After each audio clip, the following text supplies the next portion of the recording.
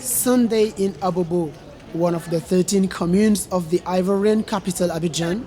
It is 9 a.m. in this commune of more than 1 million inhabitants, where Muslims and Christians live together in harmony. In the SOS district, only a few steps separate the mosque from the United Methodist Church. Minarets and crosses face each other, a symbol of perfect cohabitation. This Sunday morning, the faithful of the Methodist Church of Abobo are preparing for a special worship service that will attend. This kind of worship takes place on the first Sunday of every month.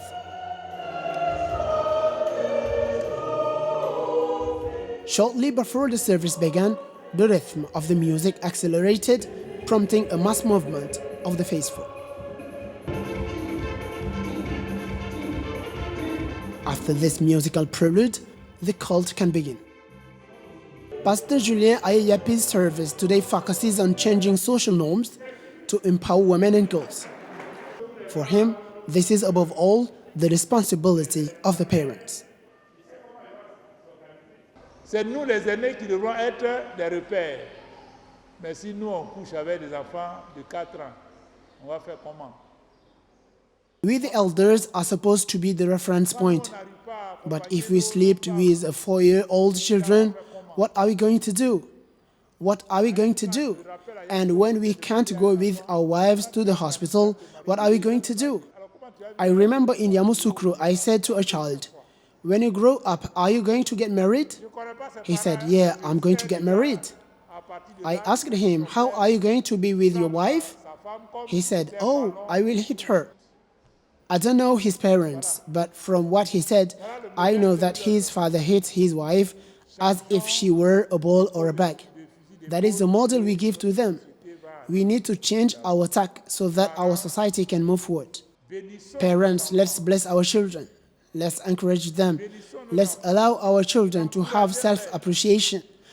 I am thinking about girls in particular because men are often prioritized, but young girls, let's make sure that they have self-appreciation.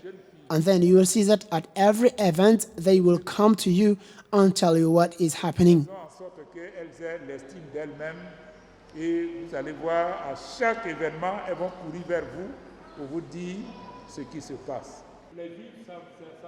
Pastor Julien Ayeyapi is one of the Ivorian religious leaders who are involved in the SWEDD project, the Sahel Women Empowerment and Demographic Dividend project, implemented in 7 countries for about $295 million or more than 173 billion CFA francs. Benin, Burkina Faso, Chad, Côte D'Ivoire, Mali, Mauritania, Nigeria and Niger are the beneficiaries of this project funded by the World Bank.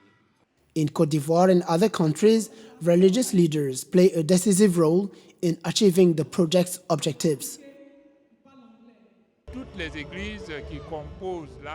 All the churches who make up have accepted to commit to this project. And today, while we can't say that we had 100% coverage rate, but we can estimate that we had around 80% or 90% coverage rate, because we have given out the information and people in general have accepted to have child-ground discussions in order to put an end to early pregnancy if that is possible. We can reduce the level, but I think that we need to aim higher and aim at putting an end to early pregnancy.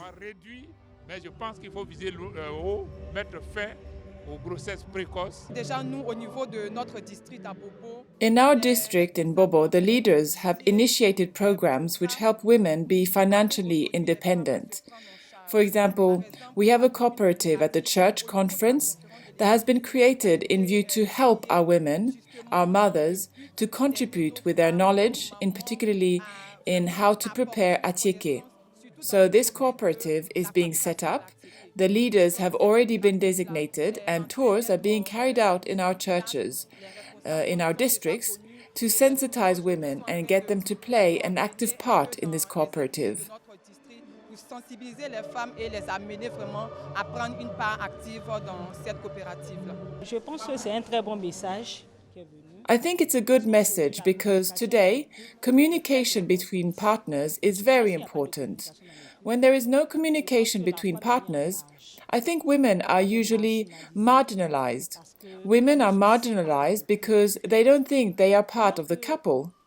But when there is communication in the couple, Mr. and Mrs. get along, children are being involved as well, and then the children can be successful. Yvette Edici is the executive director of ARCIP, the Alliance of Religious Leaders for Integral Health and Human Development. Her organization, of which Pastor Julien Ayapi is a member, encourages Ivorian religious leaders to include themes related to the status of women and girls in their messages. The ASIP has been able to train more than 250 imams, village leaders, pastors and priests who have been able to reach out to more than 35,000 persons through sermons, through village meetings, through group discussions, with parents and tutors, with the beneficiaries of safe spaces, with schools for husbands, future husbands, and we have felt a change in behavior. More and more men are being seen with their wives. The wives are being seen with their husbands as a team. Children are being seen as friends, as partners. There is no more, no, women can't contribute much, men are at the forefront. No, we say they are complementary. And we think that it's the first level of change, which we will now help them to better address the couple discussion points, such as how many children do we think we can manage? How many children can we have who will take advantage from all the services and go to school? So the discussion is no longer, I will send the boy to school because he is the one who will bring back food to the home. He is the one who will look after us. They have noticed now that women make up a team with the men.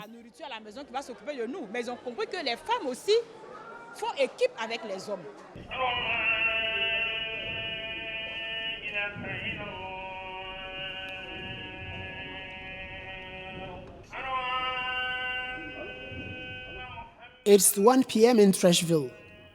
It is time for prayer for Muslims.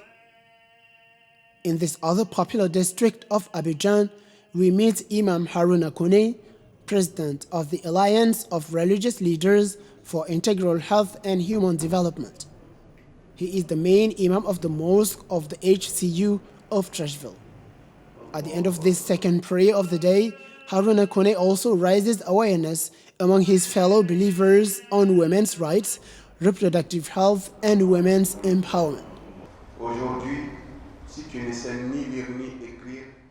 Today, if you can't read or write, you have no right to. Yes, they make up half of the society, and we need to teach them things so that they can participate fully in society. We should no longer say that for women it's okay, they don't need to stay long at school. We need to give the same opportunities to girls as we do to boys, so that they can participate in their own development and to the development of their country. My dear brothers, my dear sisters, I would like to end my intervention by saying this.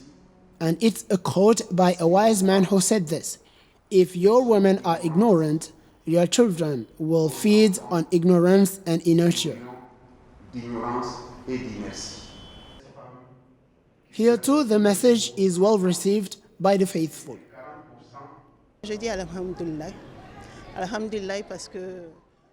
I would say Alhamdulillah. Alhamdulillah. I say thank God. Thank God because everything is in the Quran. But it needs to be put into practice. The message focuses on women. It should make the women's life easier in the home because family planning is a way for women to better look after her husband and her children, to be able to plan the birth for everyone, to have good health in the family. So it's for our happiness. And for Islam, it advises to space the birth by 2 years. Now it's about putting that into practice. Tout ce que l'imam vient de dire, ce sont des choses qui ont été prévues par l'islam. Et donc l'imam n'a fait que, n'est-ce pas? Everything that the Imam said are things that have been set up by Islam. So the Imam has only awakened our conscience to say that, first of all, women are very important in Islam, and everything that can contribute to women's fulfillment, Islam has given it a point of honor. Talking about child spacing, that is very good for women's health. And here in Ivory Coast, child and maternal mortality is a fact of life. There are more than 650 women who die giving birth on 100,000 births. That is a significant number. Also, unwanted pregnancies or pregnancies in school contexts are also a fact of life. Les grossesses non désirées, comme nous le disons, ou les grossesses en milieu scolaire, c'est aussi une réalité. A new day begins in Abidjan. The city is back in business. Traffic is increasing on major roads. This morning, we take the road to Bazre, a village in Yamoussoukro, more than 200 kilometers north of Abidjan. Once out of the business center, the road is clear.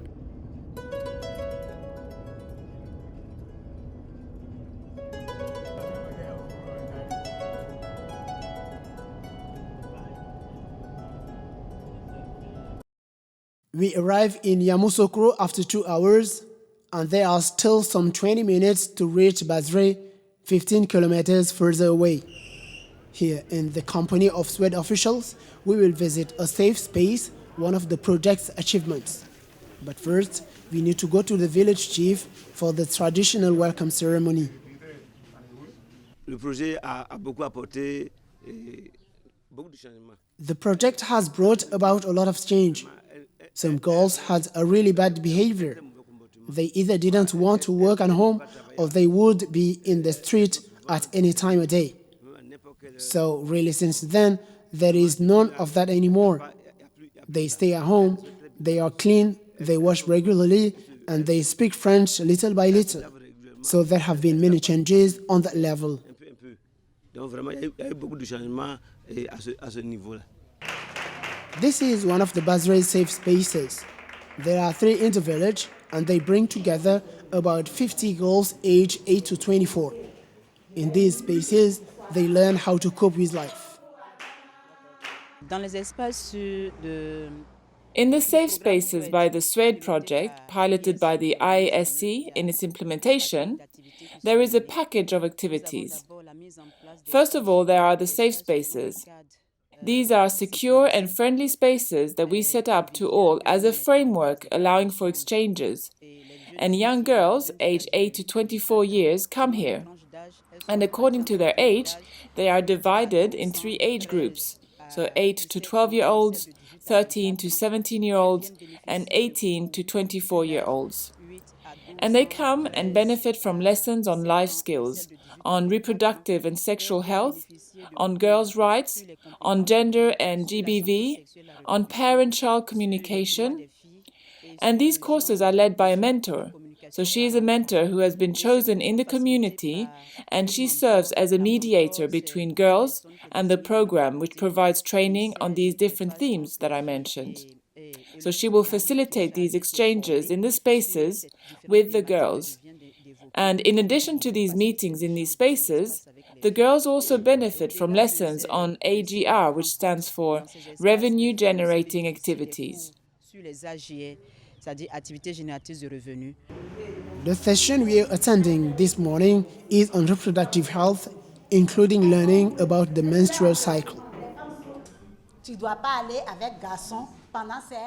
So you mustn't go with the boys for 7 days, okay? And here, what is the color of this pearl? Yes, awa. Yes, it is a white pearl. And what does that mean, ave? It means you can go with a boy because you are clean. Yes, because you are clean, you can go with a boy. So you cannot get pregnant. Yes, you cannot get pregnant. A clap for her. Okay, so we just saw what the necklace is. You mentioned the colors. If you don't want to have a baby, you mustn't go with a boy. And now you know the colors. Well done. You have answered well. Now my question is, the day you shouldn't go with a boy, what day is that? Shadal? Yes, it's the 10th day. And it finishes when, Céline? Yes, the 18th day.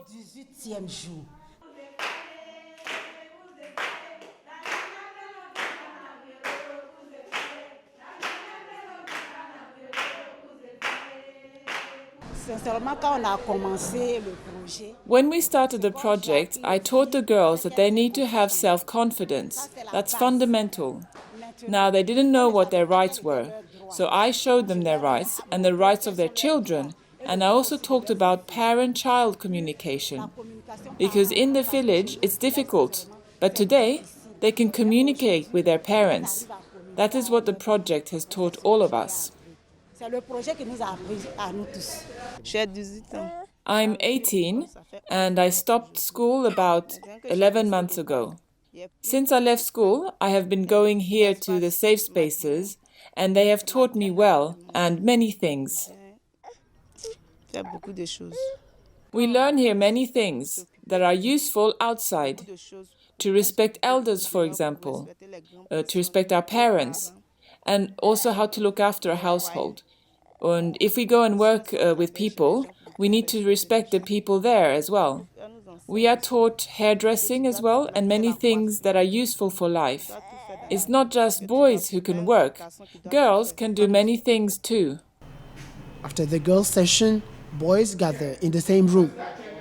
They are residents of the husband's school, another element of the SWEDD project.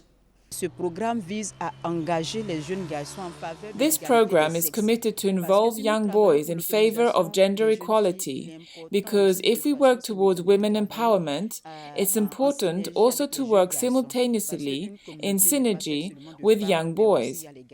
A community is not only made up of women, there are also boys, and we involve boys so that they can support the empowerment of young girls and support all the activities that we lead in favor of young girls. So we are going to set up, actually we have set up clubs, future husband clubs, and these are exchange frameworks that gather youth aged 12 to 25 who will come and exchange thoughts on questions related to social norms, related to violence, related to traditional harmful practices, and to help them to transform and negotiate the change with them. Because in our analysis, we saw that there are some social-cultural weights. There are certain norms that handicap women's empowerment.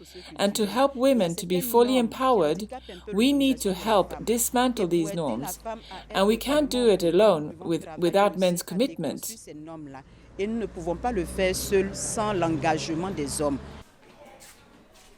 In Côte d'Ivoire, according to the 2011-2012 Demographic and Health Survey, the proportion of women and men aged 15 to 49 who heard or saw any message on family planning on the radio, on television or in the print media was 28.8% in 2012.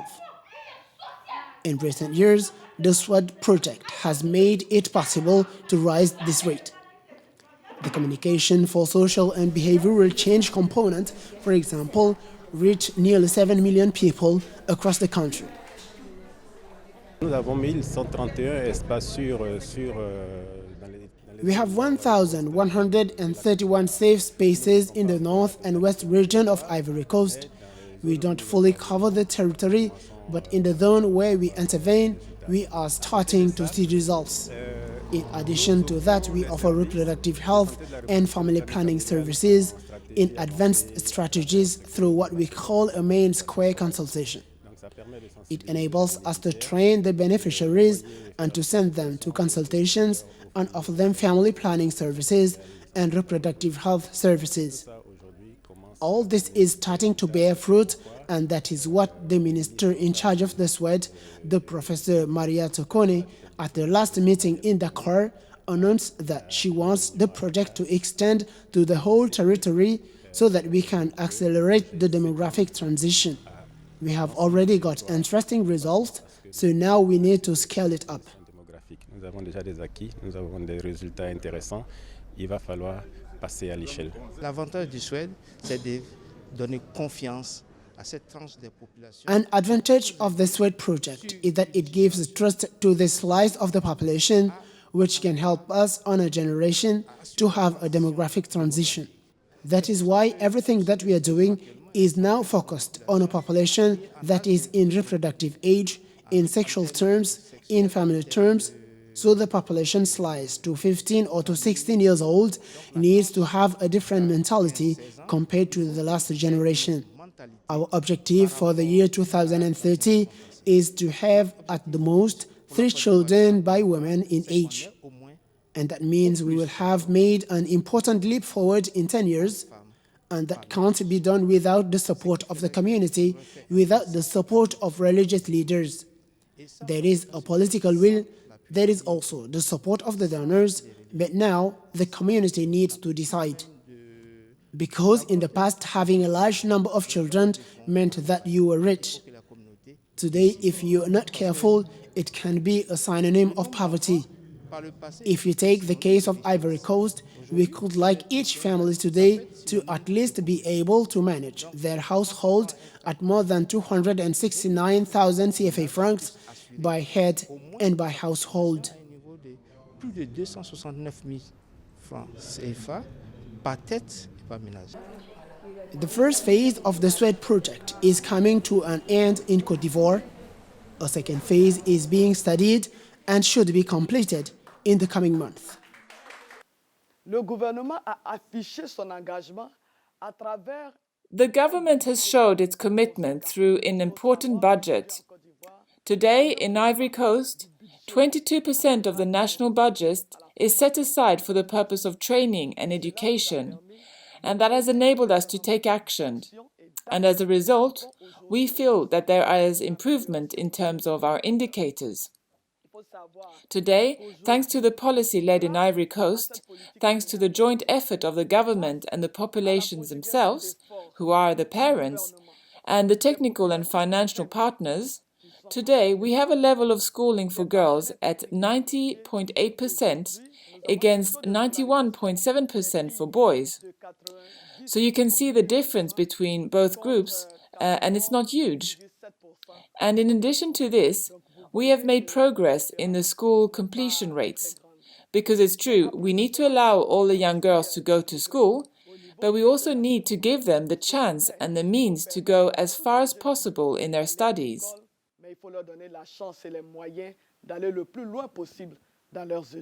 The World Bank Group is committed to helping countries boost their human capital and to empower girls and women together with boys and men and communities. We are cooperating with partners to achieve a 50% increase in the overall resources that are available for investing in human capital in African countries by 2023. We are also building on the promising results of the Sahel Women's Empowerment and Demographic Dividend projects, known as SWEDD projects.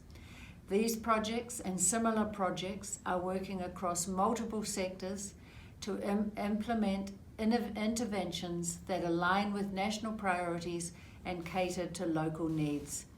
I've seen in Chad, in Mani and Chad, approaches that are empowering girls and women and helping their communities.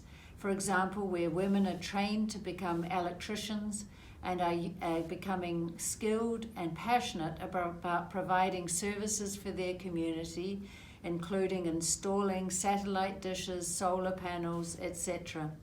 And other groups of women who are being trained to drive tractors, where they're using their expertise to benefit the whole community by providing a service to farmers. This is a fitting point to conclude on, a reminder that we all have a role to play in empowering girls and women through communities, through women's groups, as parents and as traditional and religious leaders. This regional initiative also improves child health and nutrition, strengthens girls' education, and works to end child marriage and other harmful practices. Today, in Ivory Coast, there are 1,100,000 students who eat every day in the school canteen. So these children eat a balanced meal. They eat a warm and healthy meal. This enables a child to be in good health. This enables to increase the level of schooling, but also the attendance rate. Because in the school that we have, the canteens, there is a very low dropout rate or absentee rate. The SWEDD project, the Sahel Women Empowerment and Demographic Dividend project, was launched in 2015 to increase women's and adolescent girls' access to sexual and reproductive health, including voluntary family planning and maternal health.